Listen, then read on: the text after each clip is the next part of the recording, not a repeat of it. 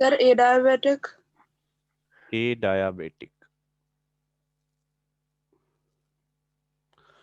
तो हम पढ़ रहे हैं speed of sound in gas. सबसे पहली थ्योरी जो दी है वो न्यूटन ने दी है कि जब साउंड ट्रेवल करता है गैस में तो टेम्परेचर कांस्टेंट रहता है, मतलब आइसोथर्मल कंडीशन।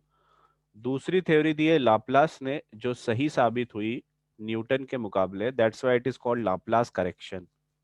और लाप्लास ने ये बोला कि जब साउंड ट्रेवल करता है गैस में तो कोई भी हीट एक्सचेंज नहीं होती है, और उस प्रोसेस को हम कहते हैं ए डायबिटिक।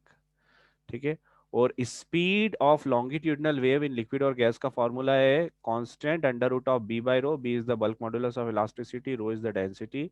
और लॉन्गिट्यूडनल वेव साउंड ही होता है, मतलब साउंड का फॉर्मूला क्या होगा, स्पीड ऑफ साउंड का formula is equals to K under root of B upon rho. अब ये दो कंडीशन के बारे में हमको बात करना है कि ये जो फॉर्मूला है, ये फॉर्मूला जो आपको दिख रहा है, speed is equals to K under root of B by rho, ये फॉर्मूला न्यूटन के लिए कैसा रूप लेगा और लाप्लास के लिए कैसा रूप लेगा। इस फॉर्मूले की मॉडिफिकेशन कैसी होगी, न्यूटन के हिसाब से ये फॉर्मूला कैसा बन जाएगा और लाप्लास के हिसाब से ये फॉर्मूला कैसे बन जाएगा, ये चीज हमें देखना है। तो सबसे पहले अपन न्यूटन की बात करते हैं, Newton theory for the propagation of sound in gas. तो सबसे पहले अपन न्यूटन थ्योरी की बात करते हैं। तो न्यूटन थ्योरी के हिसाब से कंडीशन कैसी थी, isothermal.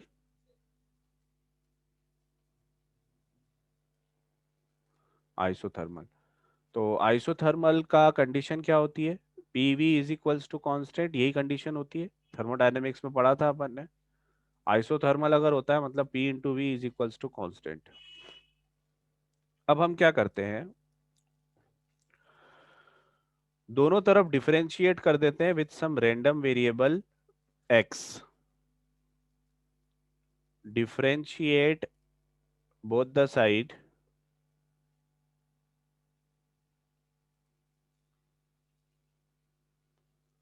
by some random variable x।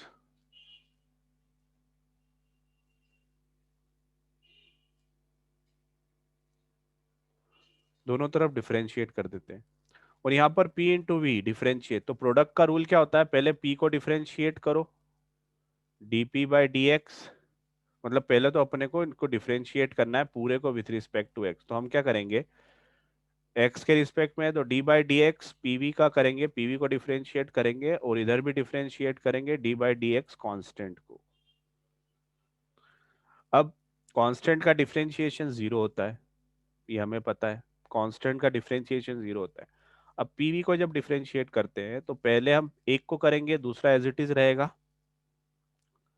तो पहले हम डीपी पी को करते हैं डीपी बाई डी एक्स और वी को एज इट इज रखते हैं, प्लस फिर आप वी को करो और पी को एज इट इज रखो। तो पी को आपने कुछ नहीं करा और फिर आपने बोला D V by D X. This is called differentiation product rule. ठीक है, आप पी और वी को डिफरेंशिएट कर रहे हो, और पी और वी दोनों ही वेरिएबल है, कांस्टेंट नहीं है कोई भी। अगर कांस्टेंट होता तो अपन उसको बाहर लिख लेते, दोनों वेरिएबल है। तो दोनों वेरिएबल है, इसलिए पहले पी को डिफरेंशिएट करा, एक्स वी को एज इट इज रहने दिया, और फिर पी को एज इट इज रहने दिया और वी को डिफरेंशिएट किया। ठीक है, मतलब ये एक dx जो है वो दोनों में कॉमन है, तो 1/dx कॉमन निकाल लो और अंदर क्या बच गया, dpv प्लस pdv। This is equals to zero, ये dx उधर जाएगा तो ये भी जीरो बन जाएगा। तो फाइनल रिजल्ट क्या है आपका, dpv plus p dv। dv मतलब स्मॉल चेंज इन v। तो यहां से अगर आप पी डीवी को इधर रहने देते हैं और उसको उधर भेज देते हैं तो ये हो जाएगा माइनस डी पी वी। ठीक है, तो P इज इक्वल्स टू हो जाएगा माइनस डी पी और V अपॉन डी वी। ठीक है, dv को और dp को डेल्टा p से रिप्लेस कर सकते हैं, मतलब इसे हम लिख सकते हैं p is equals to minus delta p v upon delta v, ऐसा लिख सकते हैं। और उस v को नीचे ले आओ, तो p इज इक्वल्स टू हो जाएगा हमारा माइनस डेल्टा p, और नीचे आ जाएगा आपका डेल्टा वी अपॉन वी। तो ये क्या हो गया? This is bulk modulus of elasticity. याद करो बल्क मॉड्यूलस यही तो होता है, हमें पता है। बी क्या होता है? बल्क मॉड्यूलस ऑफ इलास्टिसिटी, याद करो, minus P delta V by V, ये होता था आपका। तो this is nothing but bulk modulus of elasticity. मतलब आइसोथर्मल कंडीशन में जो प्रेशर है वो बल्क मॉड्यूलस के बराबर आ जाता है। ठीक है, तो what is P? P is pressure. And what is this B? B is bulk modulus, bulk modulus of elasticity. मतलब एक चीज हमें क्या पता चली कि जो स्पीड का फॉर्मूला था हमारा, वहां पर था हमारा के constant under root of B by rho. तो बी की जगह क्या आ जाएगा? P, pressure. तो ये कांस्टेंट है ना, के मतलब कांस्टेंट।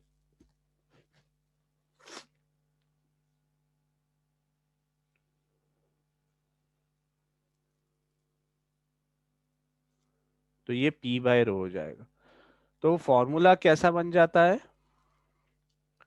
फॉर्मूला आपका कैसे बन गया न्यूटन के हिसाब से? Speed of sound in gas is equals to some constant under root of pressure upon density, है ना। बी की जगह आ गया प्रेशर, और के यहाँ पर कांस्टेंट है।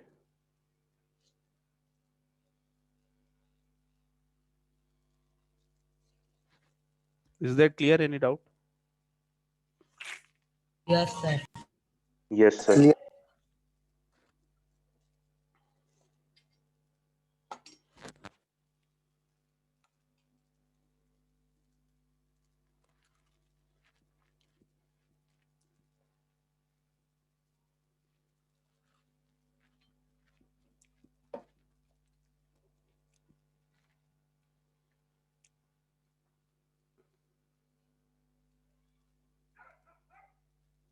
अब आपको लाप्लास की थ्योरी करना है, और इसको आपको अभी पेन पेपर हाथ में लो।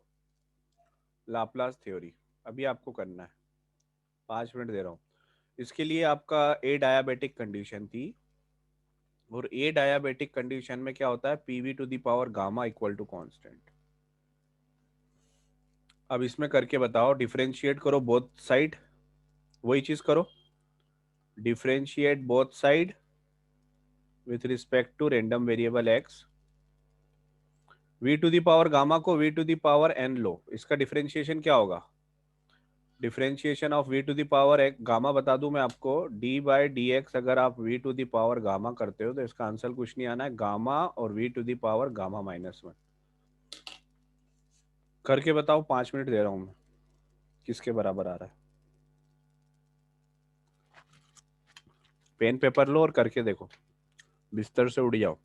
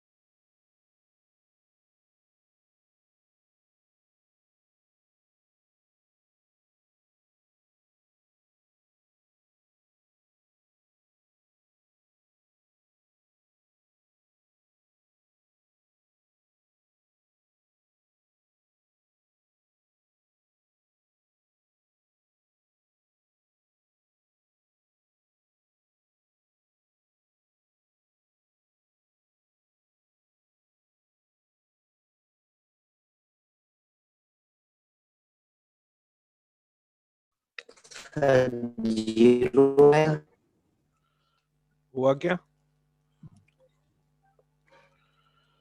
सर, ए डायबिटिक है तो इसका जीरो। जीरो? जीरो नहीं यस होगा, सर। देखो फिर से वही करेंगे। D by D X P V to the power gamma and D by D X of constant. Constant का तो जीरो हो जाएगा। इधर डी बाई डी एक्स पहले आप p का करोगे, V to the power gamma as it is रहेगा।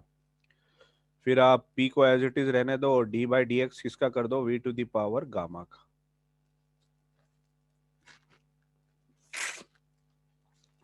इसके आगे का d p by D x v to the power gamma as it is plus p, और ये v to the power gamma का डिफरेंशिएशन क्या हो जाएगा, gamma we to the power gamma minus one और d v by D x, ये होगा इसका। This is equals to zero.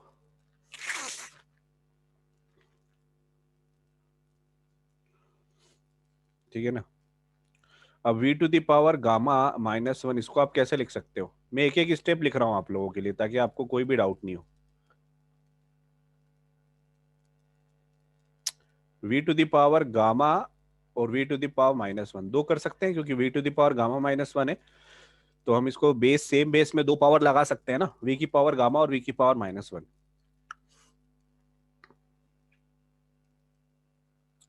अब वी की पावर गामा और डी एक्स कॉमन निकाल लेता हूं मैं। V to the power gamma और डी एक्स ये पूरा कॉमन निकाल लिया है, तो अंदर क्या बचा, इधर तो डीपी बचा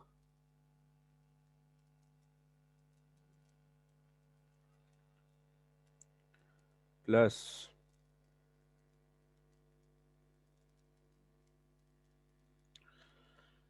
P gamma we to the power gamma, और वी नीचे आ जाएगा एक डीवी बाई डी एक्स। नहीं, एक्स तो बाहर निकाल लिया आपने,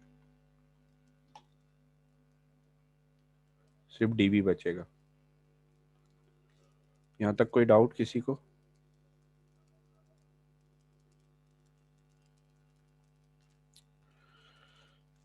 तो नो सर। ये पूरा जीरो हो जाएगा क्योंकि ये इधर जाएगा तो उसको पूरा गायब हो जाएगा वो। D P plus P gamma D V by V will be equal to zero. इसका एलसीएम ले लेंगे अपन।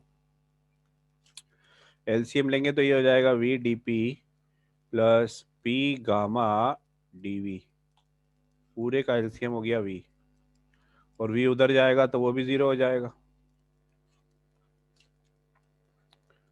तो ये हो जाएगा हमारा V D P plus P gamma D V is equals to zero.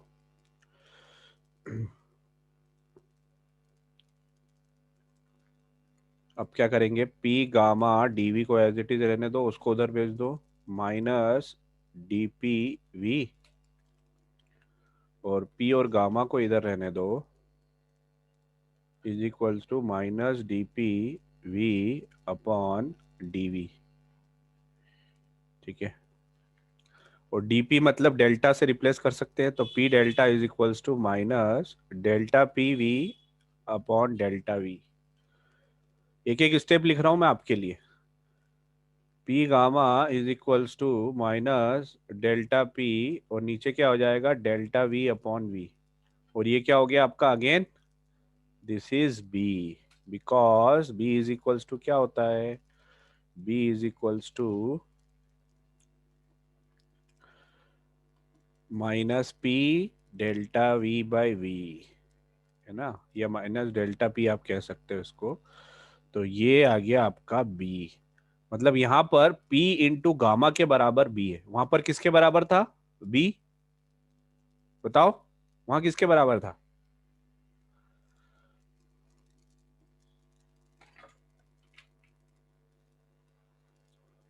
किसके बराबर था वहां?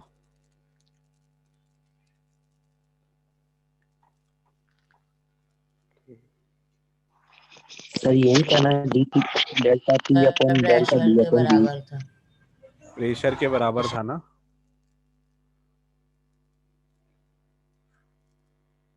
प्रेशर के बराबर था।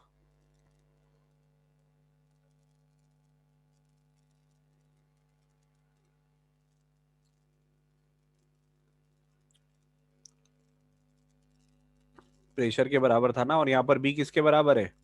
Gamma into pressure.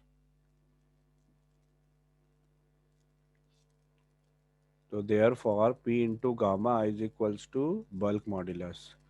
तो स्पीड क्या हो जाएगी?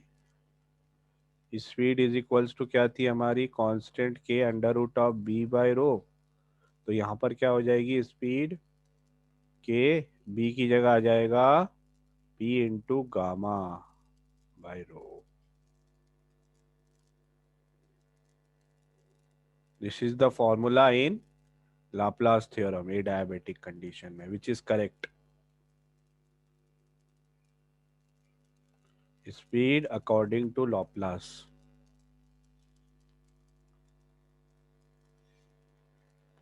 आई बात समझ में आई? Is that clear? Yes sir. तो वहां पर बी था, यहाँ पर बी की जगह क्या आ गया? वहां पर पी था, बी की जगह यहाँ पर P into gamma.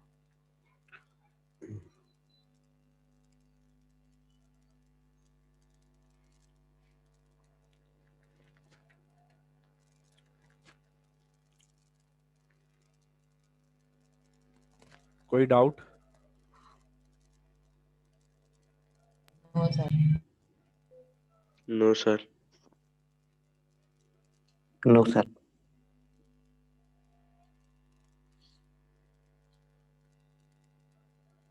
Next topic is speed of traveling wave.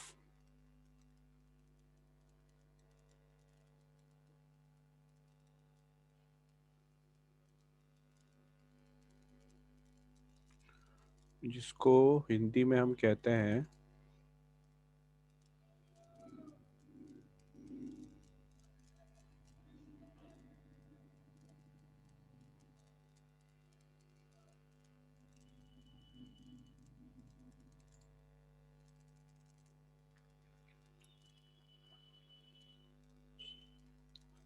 प्रगामी तरंग की चाल।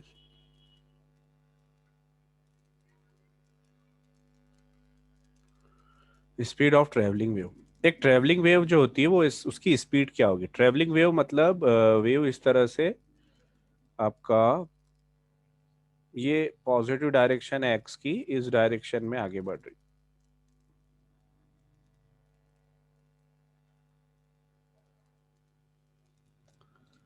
इस डायरेक्शन में आपकी वेव आगे बढ़ रही है। ये प्लस एक्स डायरेक्शन है।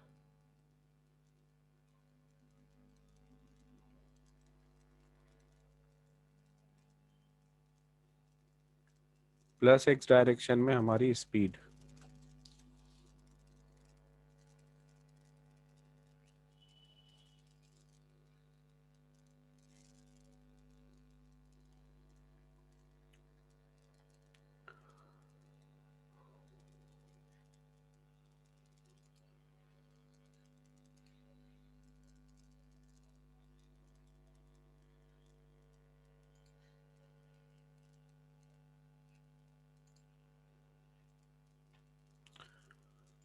अब इसको अपन देखते हैं इधर से, एक मिनट।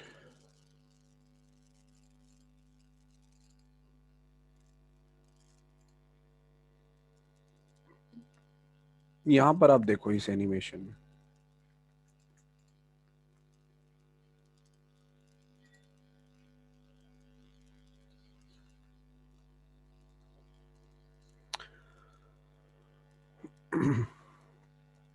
ये वाला जो पार्टिकल है, अगर इसका ये वाई, हर पार्टिकल कैसे मोशन एग्जीक्यूट कर रहा है एसएचएम इस तरह से,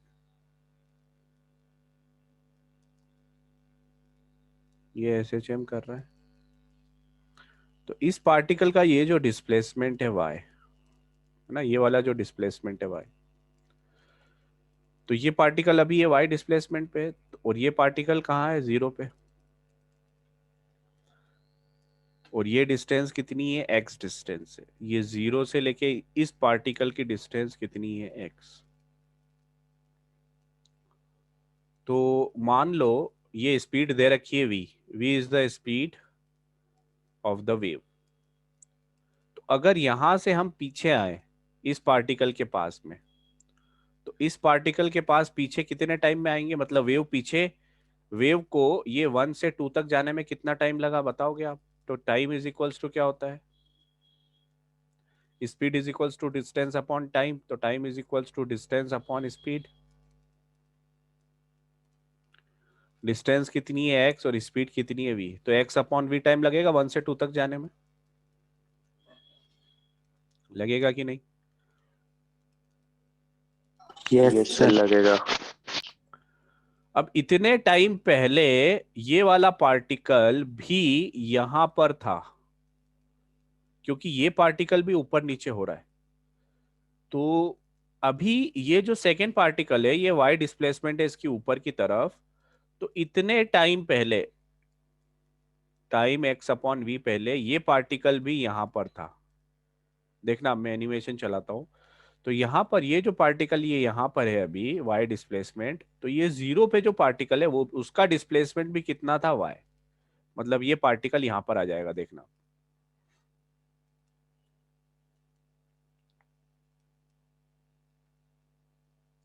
ये देखा, ये पार्टिकल का आ गया डिस्प्लेसमेंट इधर।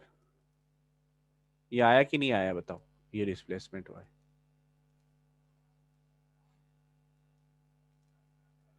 ये y डिस्प्लेसमेंट आ गया इसका। Yes sir. मतलब हो क्या रहा है कंटिन्यूअसली, अब ये अलग चला गया है, लेकिन जब इसका y था तो उससे इतने टाइम पहले ये जो 0 पे जो पार्टिकल है उसका भी y था। ये चीज हम समझना चाह रहे हैं।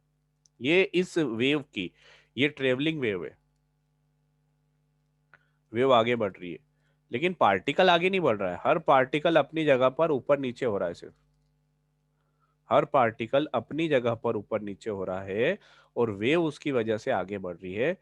और हमने ये देखा कि कोई भी पार्टिकल p अगर अपन लेते हैं तो उसका जो y डिस्प्लेसमेंट है, तो t टाइम पहले ये जो 0 पे जो पार्टिकल है उसका भी वो डिस्प्लेसमेंट y था। ये मैं कहना चाह रहा हूं आपको।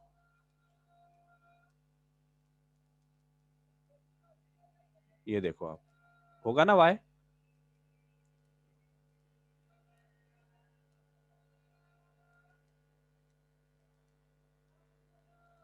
होगा कि नहीं होगा? आंसर चाहिए मुझे। Yes sir.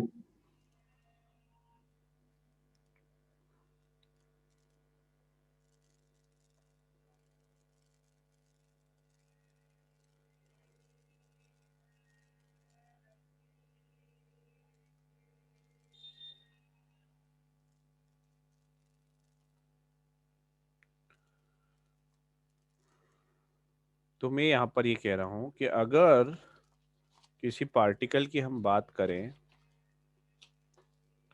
कि जो इस उसका किसी भी पार्टिकल का जो y डिस्प्लेसमेंट होगा किसी भी टाइम t पर, मान लो ये वाला जो पार्टिकल है, ये पार्टिकल है p, इसका ये वाला जो डिस्प्लेसमेंट है y,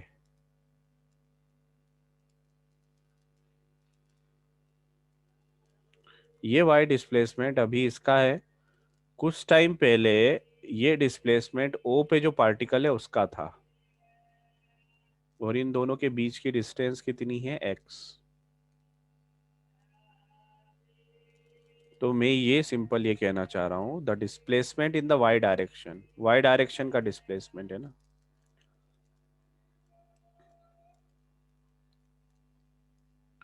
displacement in y direction of particle at p at any time t is equals to displacement of particle at o at time t minus x upon v।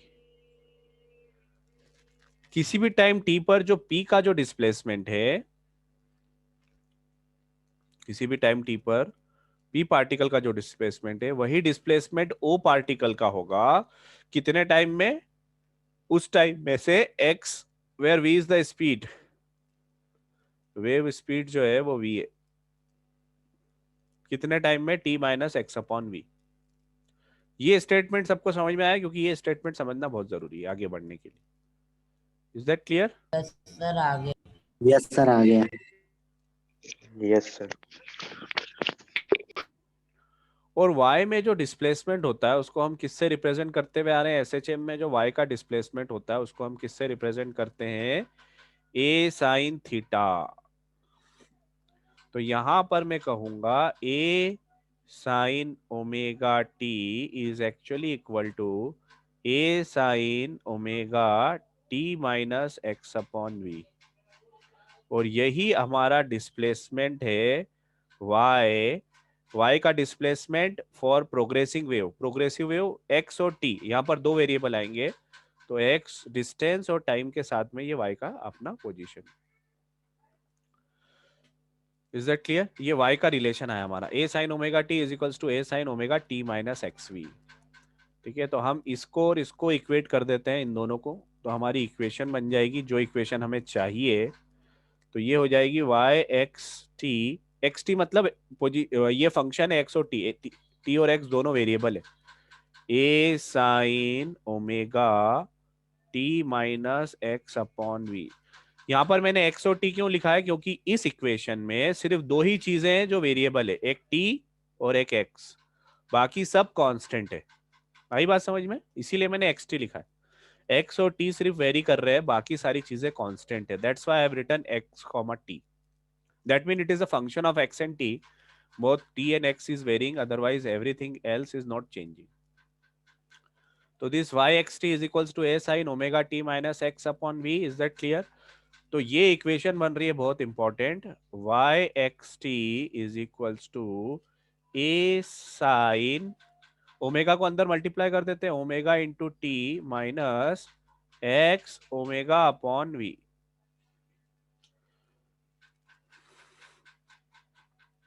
और omega upon V क्या है, अगर आप omega देखें, omega upon V, तो omega क्या होता है, ओमेगा होता है आपका 2 पाई और फ्रीक्वेंसी,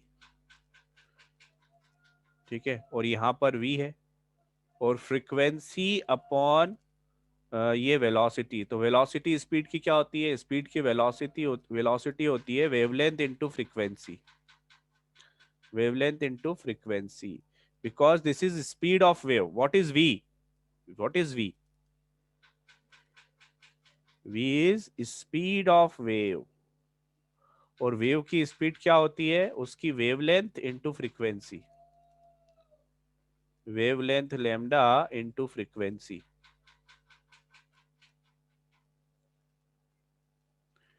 ये होती है उसकी स्पीड। तो f से f हो गया कैंसल, और यहां पर क्या बचेगा आपका 2 पाई अपॉन लैम्डा। तो ये omega upon V, angular velocity upon linear velocity, that is 2 pi by lambda, इसको एक नाम दिया गया जिसे हम k कहते हैं, दिस इज k, और इस k को कहा गया है एंगुलर वेव नंबर और प्रोपगेशन कांस्टेंट। इस k का नाम है एंगुलर वेव नंबर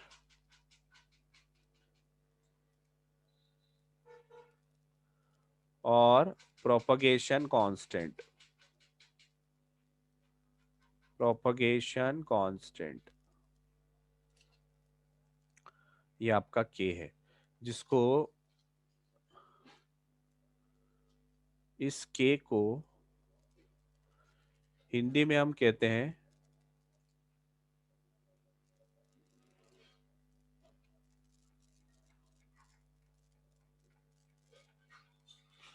इस k को हम हिंदी में कहते हैं कोणीय तरंग संख्या। दिस इज कोणीय तरंग संख्या। तो क्या हो गया हमारी इक्वेशन, फाइनल इक्वेशन को हम कैसे लिख सकते हैं, y x T is equals to a sine omega T minus के x. This is the equation of travelling wave. और किस डायरेक्शन में ट्रेवल कर रही थी ये बताएंगे आप, पॉजिटिव एक्स में या नेगेटिव एक्स में? पॉजिटिव। हाँ, तो पॉजिटिव एक्स पे sir. This is equation of travelling wave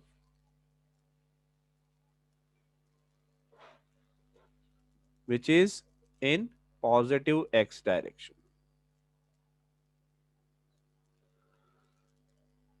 अब इसमें y क्या है?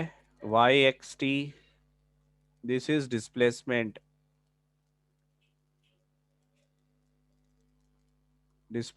of the particle. ठीक है, जिसे हम हिंदी में कहेंगे इस displacement of the particle in terms of x and t.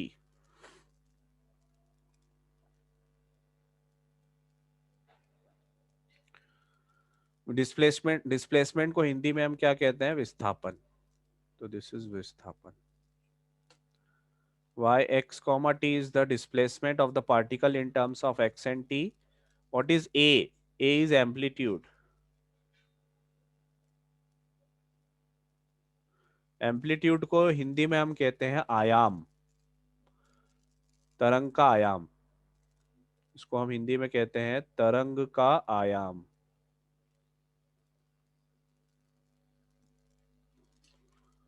What is omega? Angular frequency.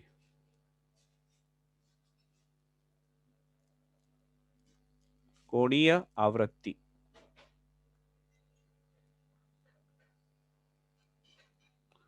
और ओमेगा हमको पता है, ओमेगा किसके बराबर होता है? ओमेगा होता है 2 pi by capital T time period और 2 पाई एफ, एफ फ्रीक्वेंसी होता है ना। तो टी क्या होता है? Time period.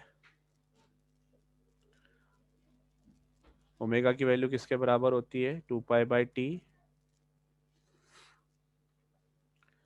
This is equals to 2 pi by capital T और 2 pi f. What is T? T is the time period, जिसको हम आवर्तकाल कहते हैं, एक साइकिल कंप्लीट करने में जो टाइम लगता है। एफ को हम कहते हैं frequency, number of cycle in 1 second, जिसको हम हिंदी में आवृत्ति कहते हैं।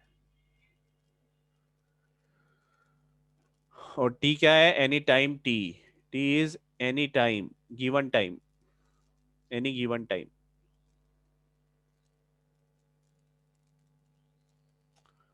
कोई दिया हुआ समय।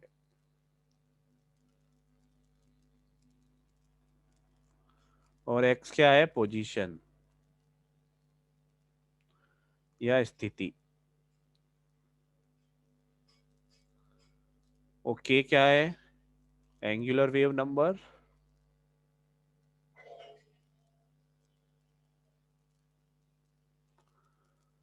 कोणीय तरंग संख्या।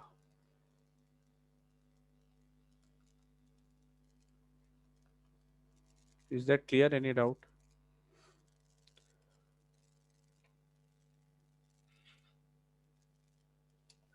No doubt sir. No doubt sir.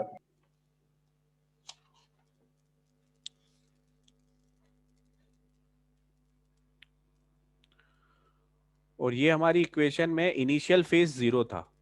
अगर इनिशियल फेज होता तो इसमें अपन फाइ नॉट ऐड करते, जैसे अपन करते हुए आ रहे हैं। इनिशियल फेज मतलब कि 0 से स्टार्ट नहीं हो रही है, वहां पर कुछ उसका एंगल है, इनिशियल फेज एंगल है। जैसे अभी तक अपन कैसे स्टार्ट करते हैं? 0 से, यहां से। अब ये 0 से स्टार्ट नहीं हो रही है ना, अब यहां से स्टार्ट हो रही है। अगर ये ऐसी वेव ऐसी स्टार्ट हो रही है तो this is initial phase angle phi naught. तो उस केस में हम क्या इक्वेशन बनाएंगे? Y X T is equals to A sine omega T minus के एक्स और प्लस फाइ नॉट। ठीक है, तो यहाँ पर ये फाइ नॉट जो हो जाएगा वो आपका इनिशियल फेस हो जाएगा, जिसको हिंदी में कला कहते हैं, प्रारंभिक कला।